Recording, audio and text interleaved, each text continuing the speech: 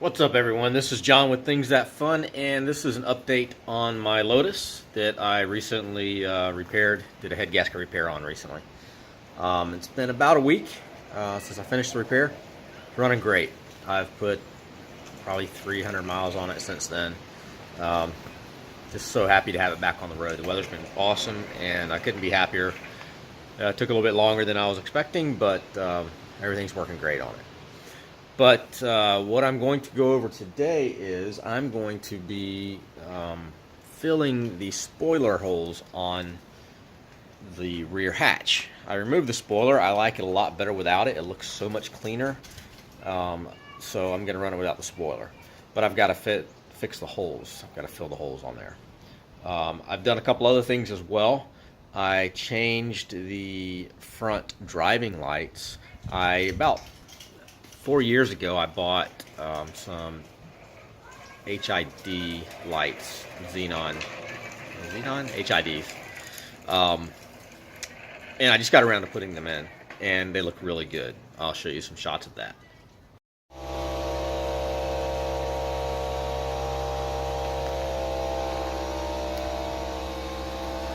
Also, I'm going to show you the third brake light I just finished putting on a few days ago. It works great. I actually bought the light and then the controller separately because I couldn't find one that did exactly what I wanted to. So I actually put a controller in it that you can program to how you want it to come on, how long you want it to flash, how fast you want it to flash when applying the brakes. And it also allows you to set 2 thresholds. So the ones that I saw online, most of them will flash a preset amount of times when you touch the brake. Now, that would be annoying as hell for me if I was behind somebody in traffic and every time they had to touch their brakes, you know, that it would flash crazy like that, just going really slow. So I wanted one that you could program, and the way this one works, if you just hit the brakes normally, just normal, not decelerating very fast, it just comes on solid. Then if you are decelerating, I think I've got it around, if it's a quarter G to a half G, it'll flash 10 times pretty fast and then stay solid. And then if you go over a half a G, I believe it is, I have to look at this setting specifically, but the next threshold, if you are braking aggressively, it strobes 20 times really fast and then comes on solid. So I really like that. Here's a shot of what it looks like on the car. I actually ran the wires into the brake light, wires that were already there for the rear spoiler third brake light that I've since removed. So it's all hidden, no extra wires. It's wired in correctly and weatherproof. So I really like it. I'm happy with it. It adds some safety, and I think it looks cool. And it just, the way it fits on there works great. And I was surprised, but you can't even see this third brake light when I'm looking in the rearview mirror while I'm driving. Just there's not much visibility for the rear when you're driving in the Esprit anyway, and it doesn't even come into view. So worked out great. And I'll put some links to the products that I used in the description. I think I spent maybe $30, $40 total for the light and the controller. So it worked out really well. So here's where the holes are that I'm going to fill. I've actually just got some carbon fiber wrap or tape over them right now. This side's got 3 holes, 2 for the bolts, and 1 where the wire came through. The other side just got 2 small holes. But it is worn a pretty good area from where the spoiler was on there. So it's scuffed up pretty good. So it's not just a matter of the holes. I'm going to work on this whole area here. And what I've got is I ordered the paint using my specific paint code. An online shop had it, and comes with a clear coat, the Lotus B03 Calypso red paint, and a small amount of clear coat catalyst. So I'm going to be giving that a try. And what they do, they guarantee the color and actually give you a test card and say if you could, before you use it, spray this and then match it up and make sure that it matches the color correctly, or they'll replace it or take care of it, whatever. But what's interesting is they say you have to put the clear coat on it. The color will not match until you put the clear coat on it. So what I'm going to do right now is get out my airbrush, and I'm going to spray this and see how close the color is. Hopefully if it's not dead on, it's close enough that I can blend it in and it won't be a problem. So here we go.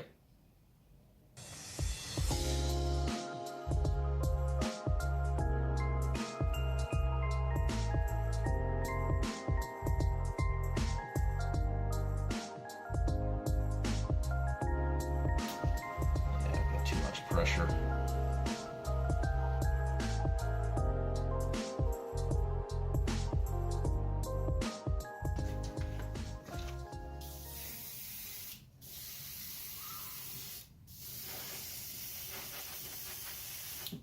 Well, it looks promising so far.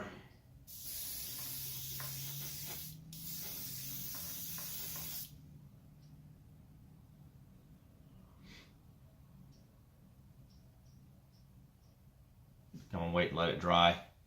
Do several coats like you're supposed to do it. And just a first look,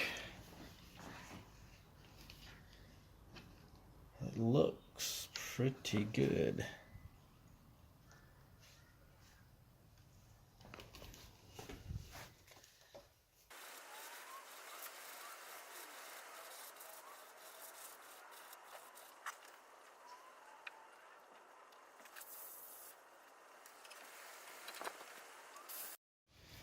So I haven't even done the clear coat, and I can tell that's a pretty good match. I'm not even going to bother doing the clear coat at this point. I'm just going to go ahead and continue on, especially since I would have to mix such a small amount of the clear coat catalyst. So I'm going to get started with getting the holes filled.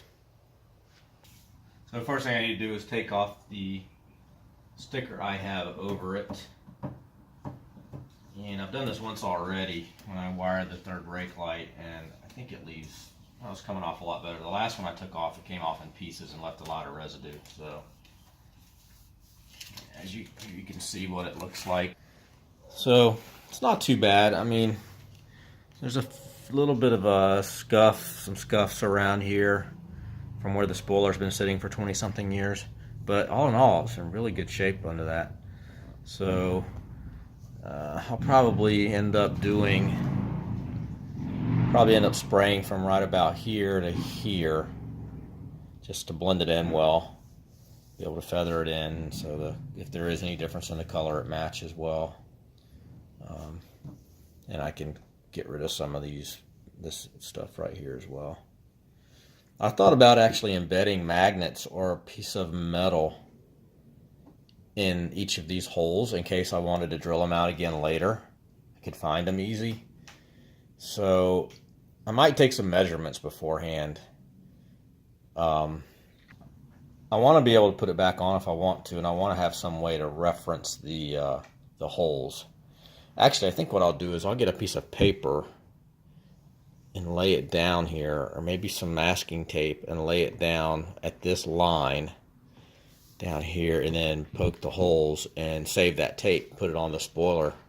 So if ever I want to put them back on, I can just lay that masking tape back down here and it's got the exact spot for the holes. I think that'd be the easiest.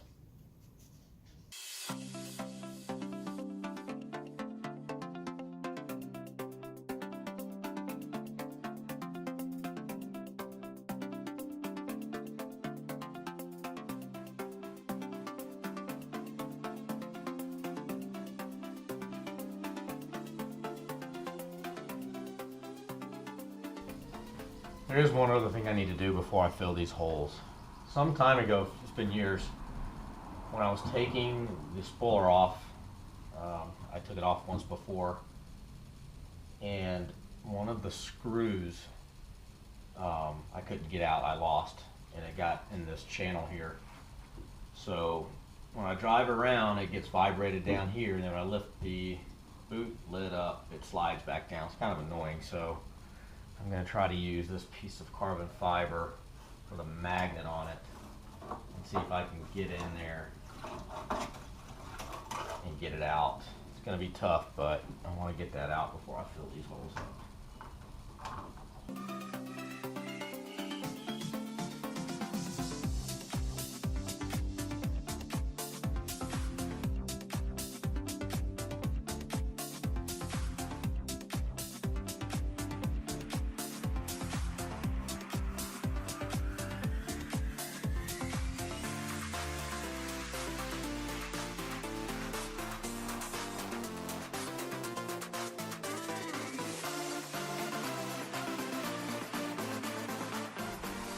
All right, I'm close. I think it's near.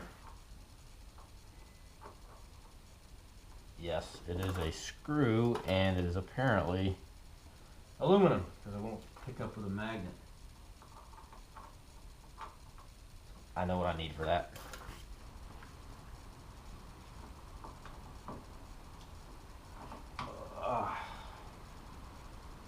I don't remember what that's for. It must be for this one of the original spoiler screws.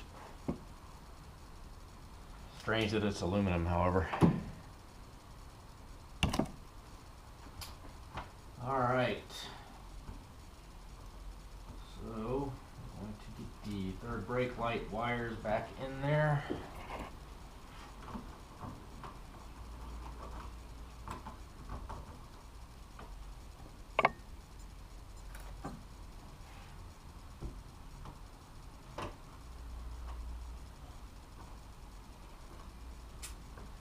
Alright,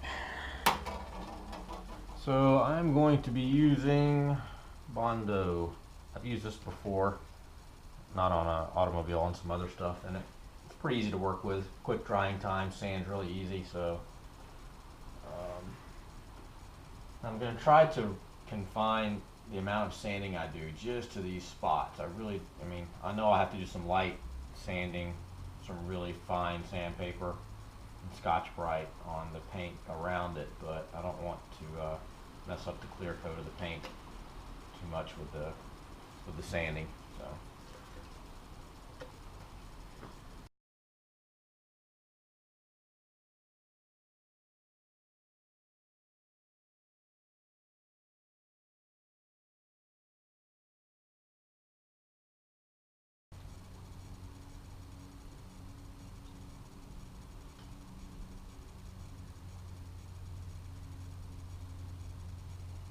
This is more than I need, but the mixing directions give about a golf ball size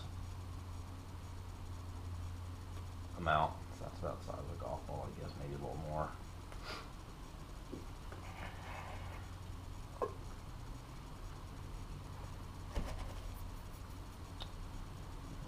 Hardener.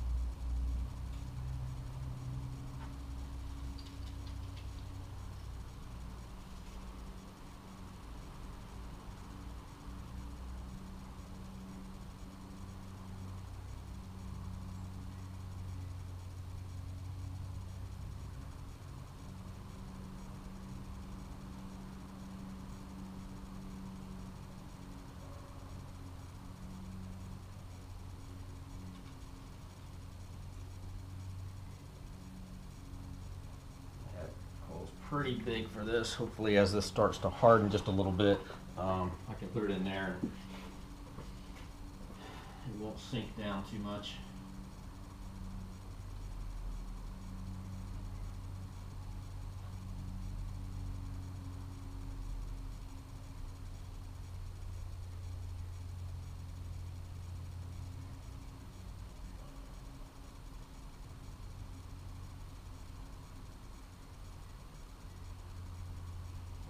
I have a feeling I'm going to be putting more than doing this more than once.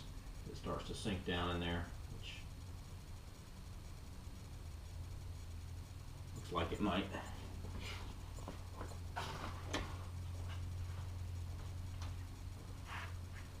Good thing is, I know from experience from using this that this stuff sands really easy. It's easy to work with, so even if I'm putting too much on there, it's going to be able to come off pretty easy.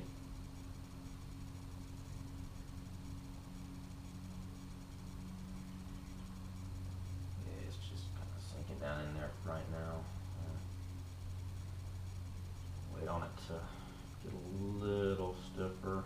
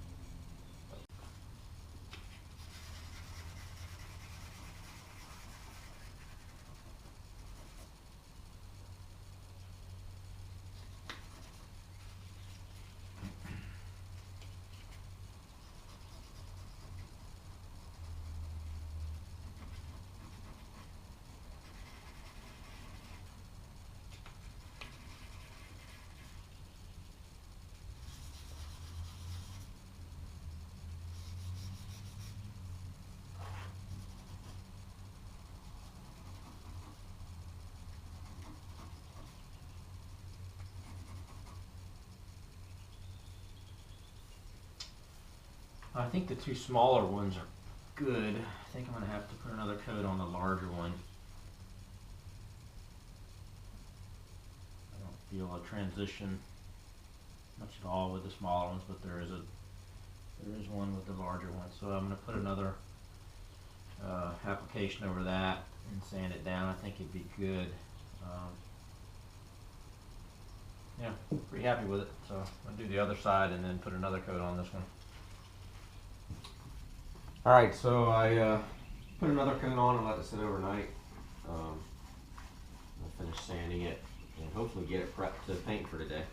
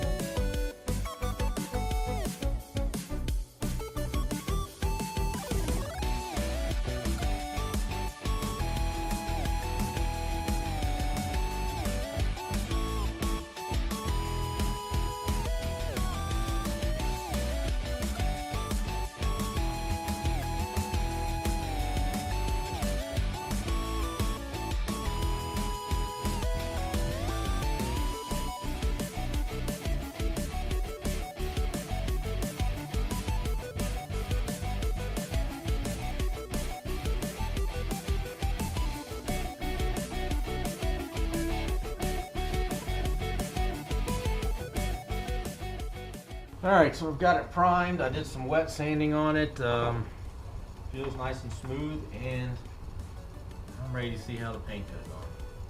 Here we go.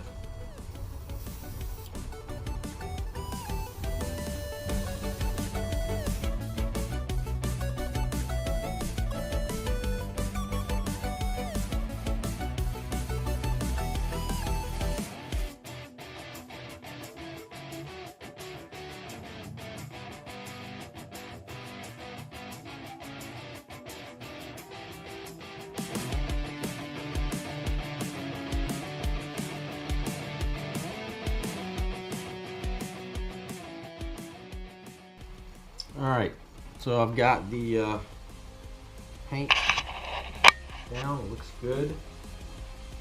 I'm getting ready to add the catalyst for the clear coat. It's 1 part catalyst to 4 parts clear coat I found. So I'm ready to spray the clear.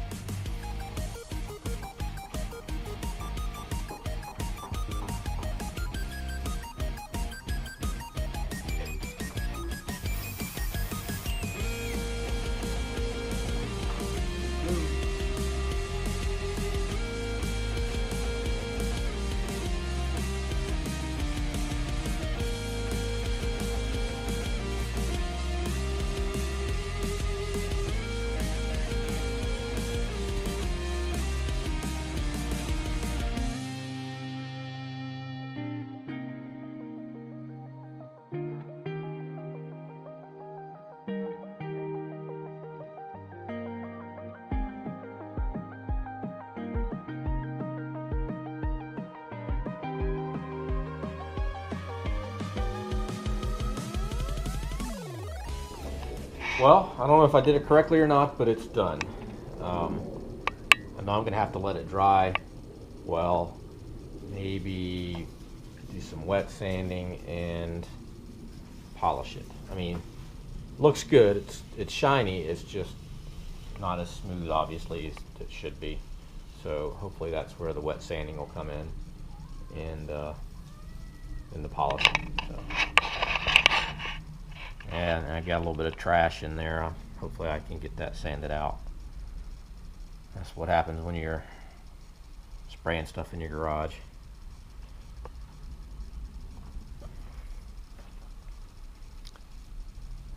I mean, I don't expect this to be perfect, and maybe down the road I'll take it somewhere to have somebody do it professionally, but I don't want to be without the car for a week or so, however long it takes them. I'd rather get it looking decent and acceptable and drive it for the summer, and then maybe later have it professionally done if this doesn't turn out good. I mean, I think it's going to be fine. So, anyway, I'll be back after it's dried and I'm able to wet sand it and do some polishing. Alright, here it is. It's done. I'm going to polish it some more, maybe use some more compound or swirl remover on it. The color match is perfect. There are few specks in the clear coat still. I did wet sand it and then use a swirl remover compound to get the sanding marks out. And if you look at it at the right angle, you can see the little specks. That's from just not putting the clear coat on thick enough. I actually sanded it back and did it again. The first time I was wet sanding it and polishing it, I actually went through the paint on the edge. I didn't have enough paint laid down on the edge, so showed through the primer. But anyway, I'm happy with it. I wish it would, I wish I had the equipment to do a little bit better job, but I think it matches really well. It's better than having the holes up there where the wing was. The airbrush I was using kind of was too small. I mean, I had to really go back and forth several times to get the right amount of clear coat and paint on there. And I was a little concerned of that because I didn't want it to run. But when I found out I was going through the paint with the wet sanding, it was because I just wasn't putting enough down on the airbrush with the airbrush. And those small specks are from that as well, because the second time I did it, I put a lot more down and didn't have nearly as many of those specks in the clear coat. But anyway, and there's a few spots where you can see the transition line from the clear coat. You can see it really bad right there with the light in the right spot. It was worse than that, but with the wet sanding and the polishing compound and then waxing it, it looks much better. And it's right on the edge, on the line there, the crease, so it's not too bad. But anyway, I'll probably have it, if I don't have it professionally waxed and, a paint restore wax on it, I'll do it myself. But I'm happy with it, and I think it looks good. I like it much better without the wing.